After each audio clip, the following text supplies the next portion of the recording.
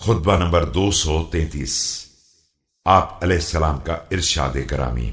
जब जादा बिन हुबैरा मखसूमी खुतबा न दे सके। बिस्मिल्लाहिर्रहमानिर्रहीम। याद रखो कि जबान इंसानी वजूद का एक टुकड़ा है, लिहाजा जब इंसान रुक जाता है तो जबान साथ नहीं दे सकती है, और जब इंसान के जहन में कुशादगी होती है तो जबान को रुकने की मोहलत नहीं होती है। हम अहले बैत हैं जो इकलीम सुखन के हुक्काम हैं, हमारे ही अंदर बयान की जड़ें पैवस्त हैं और हमारे ही सर पर खिताबत की शाखें साया फिगन हैं। Know that the tongue is a part of a man's body. If the man desists, speech will not cooperate with him, and when he dilates, speech will not give him time to stop.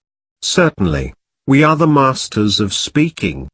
Its veins are fixed in us and its branches are hanging over us. जमाने का फितना व फसाद। खुदा तुम पर रहम करे।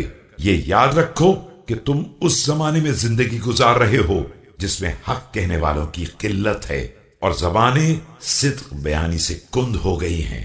हक से वाबस्ता रहने वाला जलील शुमार होता है और अहले जमाना गुनाह व नाफरमानी पर जमे हुए हैं और जाहिरदारी पर मुत्तहिद हो गए हैं।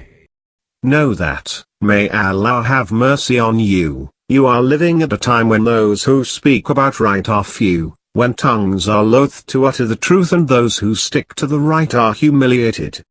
The people of this time are engaged in disobedience.